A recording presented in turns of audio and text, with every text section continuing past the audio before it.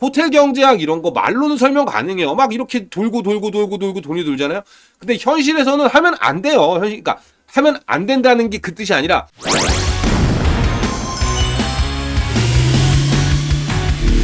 오늘의 주제는 경제학에 맞선 터키, 소득 주도 물가 성장입니다. 경제학에 대한 비판을 참 많이 합니다. 경제학적이란 이야기를 우리가 많이 쓰는데요. 경제학 공부해가지고 높은 자리 간 사람 많이 있습니다. 이번에 대통령 나온 김문수 후보나 이준석 후보 모두 전공이 김문수 경영학이었나? 그리고 이재명 후보도 경제 대통령이라고 하고 있습니다.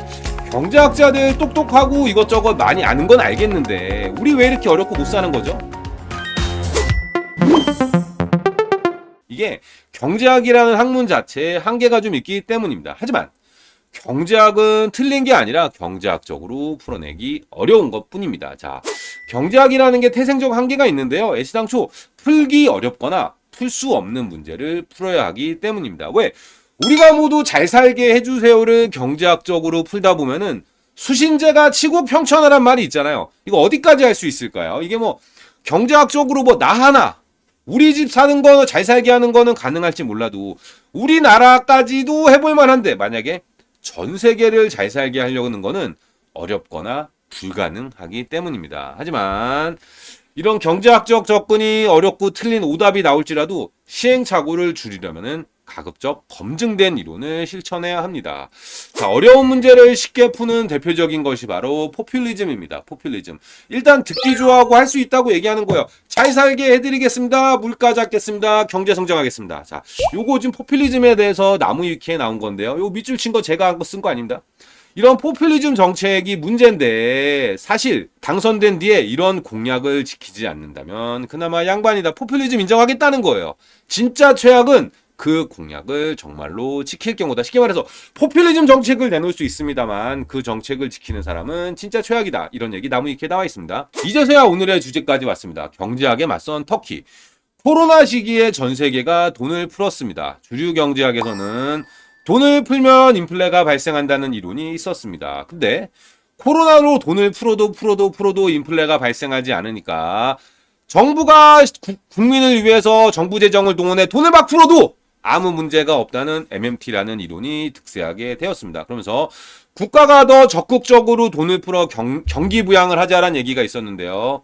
MMT가 사망해버렸습니다. 코로나 이후에 전 세계적 물가 상승이 나와버렸거든요. 주류 경제학에서는 물가 상승할 경우에 금리 인상으로 대응해야 된다는 논리가 있었습니다. 근데 문제는 금리를 인상하게 되면 경기 침체가 오게 되고 경기 침체가 오면은 실업이 증가하게 된다. TMI일 수 있습니다. 물가에 집중하는 사람을 매파, 실업률에 집중하는 사람을 비둘기파라고 부르는데요.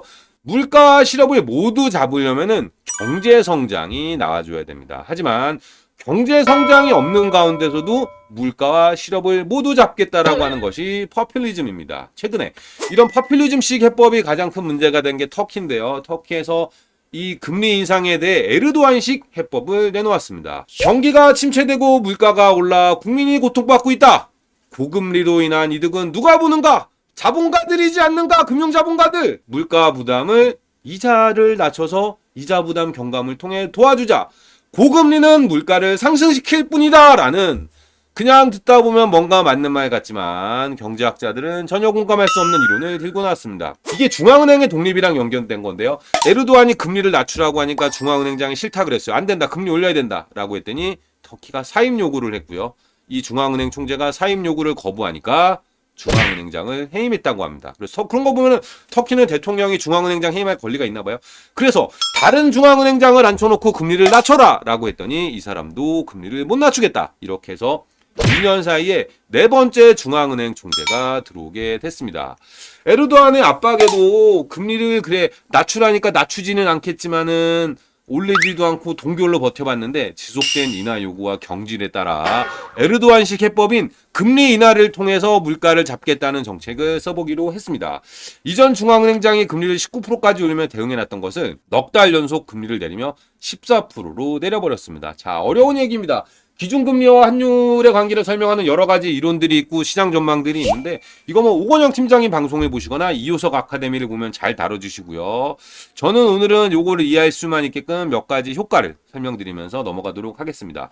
피셔 효과라는 게 있습니다. 피셔 효과에 따르면은 명목 이자율을 인플레를 감안한 실질 이자율로 분리해서 보자라는 게 있고요. 이걸 통해서 보면은 인플레가 발생하는 만큼 이자율은 상승한다. 여기서 중요한 건 인플레는 과거 인플레가 아닌 기대치라는 거. 요거 계속 나오니까 기대치라는 거 입력해 두시고요. 고로 요걸 딴 떠나서 사람들이 인플레가 발생할 거라고 예측하면은 명목 이자율은 상승한다. 근데 또 똑같은 피셔 얘기인데요. 피셔가 국제 피셔 효과라는 거를 얘기했습니다.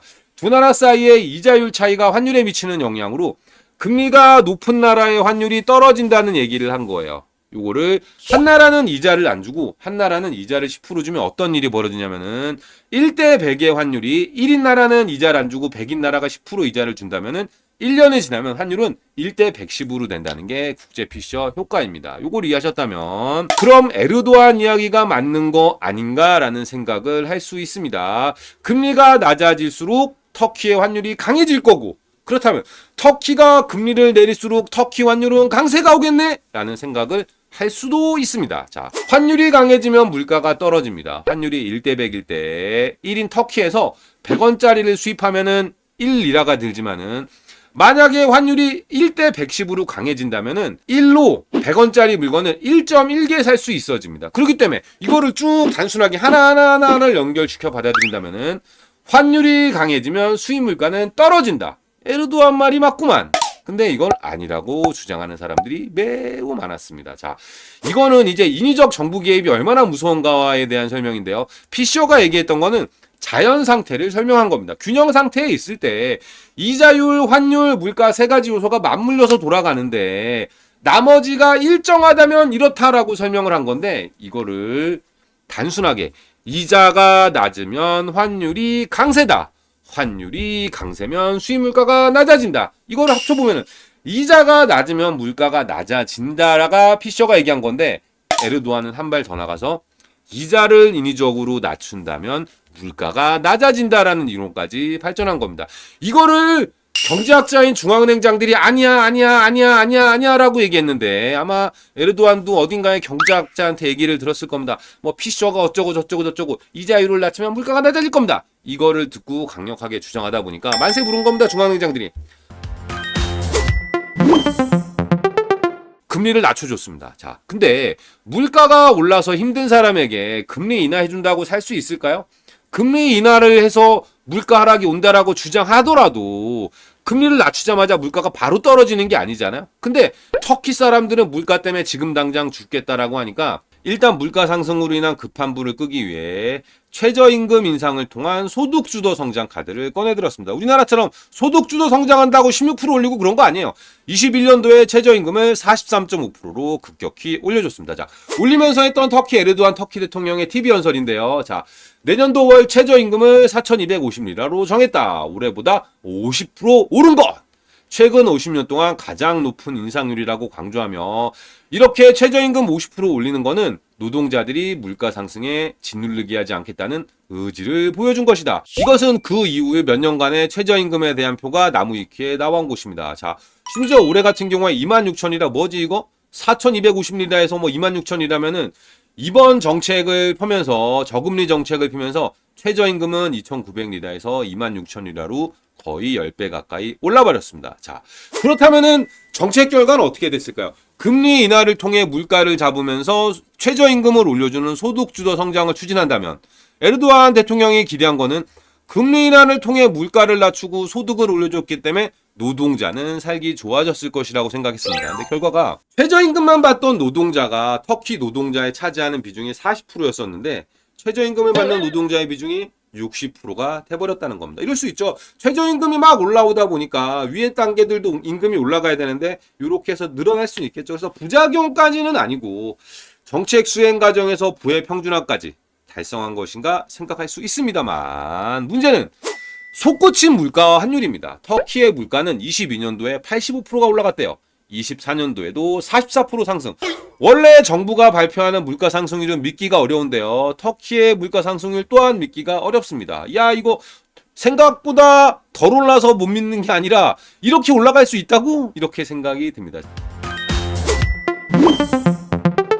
왜 물가가 이렇게 올라갔는지는 사실은 환율을 보면 알 수 있습니다. 2016년도만 하더라도 터키와 리라를 사려면 400원 정도 있었어야 되나 봐요.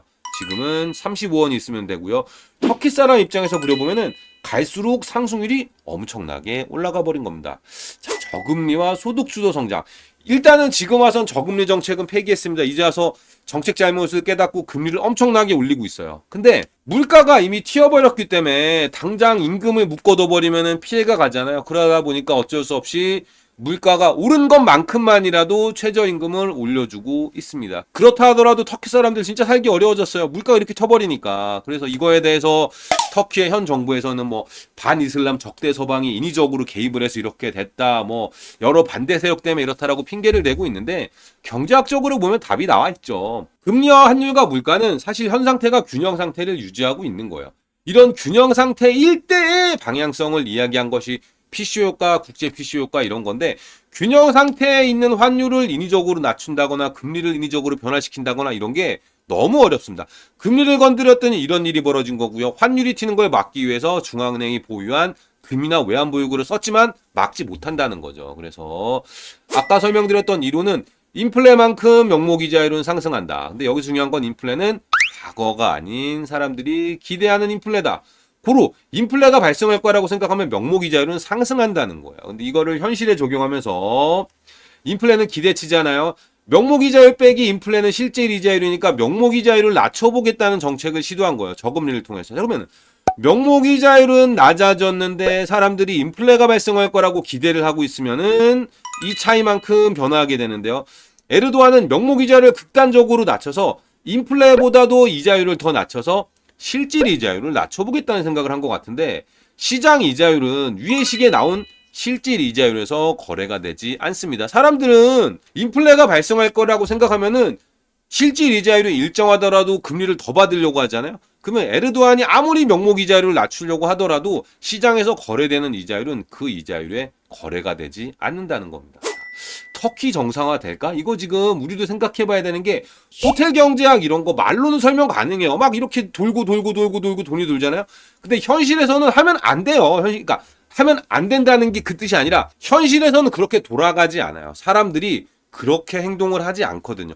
정부가 인위적으로 금리를 낮추려고 해도 사람들은 낮아진 금리에는 거래를 하지 않아요. 그러면 사람들이 거래가 되는 금리까지 자연스럽게 올라오게 되니까 시장 금리와 괴리가 생기거든요. 경제 이론 중에 어느 특정 한 대목만 따와가지고 하면은 시장이 쏙지가 않습니다. 경제가 어렵다고 정부가 돈을 막 풀어서 좋아진다면은 어느 정부가 안 풀겠습니까? 정부가 돈을 막 풀면 인플레가 발생해서 결국은 근로자들에게 돌아가는 부는 줄어들게 되기 때문에 정부가 돈을 안 푸는 건데 아마 터키 정책 방향을 바꿨지만은 일부 몇 가지 정책만 바꾸는 거지 이런 쪽으로 될 수 있다라는 생각을 바꾸진 않을 것 같습니다. 그런데 쉽지 않은 상황이고요. 그렇다면 선거를 앞두고 있는 우리는 어떻게 해야 될까요? 자, 포퓰리즘 정책을 피해야 하고요. 포퓰리즘 정책을 지킬 사람은 정말로 피해야 한다고 나무위키에 나와 있습니다. 그렇다고 또 시대착오적인 계엄과 탄핵한 사람들을 지지하자는 얘기는 아니고요. 우리가 포퓰리즘 정책에 흔들리지 않을 때 그때 정치인들은 포퓰리즘 정책을 안 내놓을 거고요. 그때 뽑은 사람이 우리나라를 발전시켜 줄 수 있을 것 같습니다. 구독과 좋아요는 영상 제작에 큰 힘이 됩니다.